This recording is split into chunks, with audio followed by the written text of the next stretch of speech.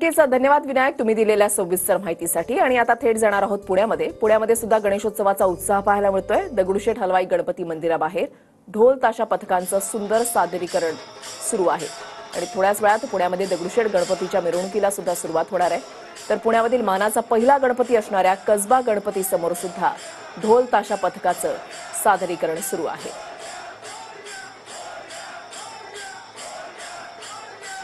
दगडूशेठ गणपतीची थोड्याच वेळामध्ये मिरवणूक निघणार आहे। ही मिरवणूक तुम्हाला TV9 मराठीवर अनुभवता येणार आहे आणि कसबा गणपतीची मिरवणूक सुद्धा अगदी काही वेळातच निघेल।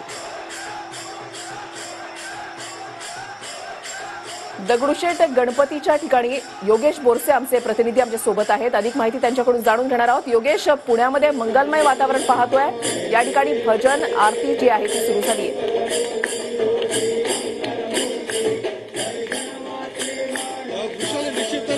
श्रीमंत दगडूशेठ हलवाई गणपतीची आरतीला सुरुवात झालेली आहे आणि आरती संपल्यावर लगेचच दगडूशेठ गणपती या ठिकाणी मंदिरातून हलवला जाणार आहे। जो मानाचा रथ आहे त्या रथामध्ये दगडूशेठ हलवाई गणपतीला विराजमान केलं जाणार आहे आणि जी पारंपरिक पद्धतीने दरवर्षी मिरवणूक निघत असते त्या मिरवणुकीला सुरुवात होणार आहे। मात्र त्यापूर्वी आपण या ठिकाणी दगडूशेठ गणपती मंदिरातलं वातावरण पाहू शकतो।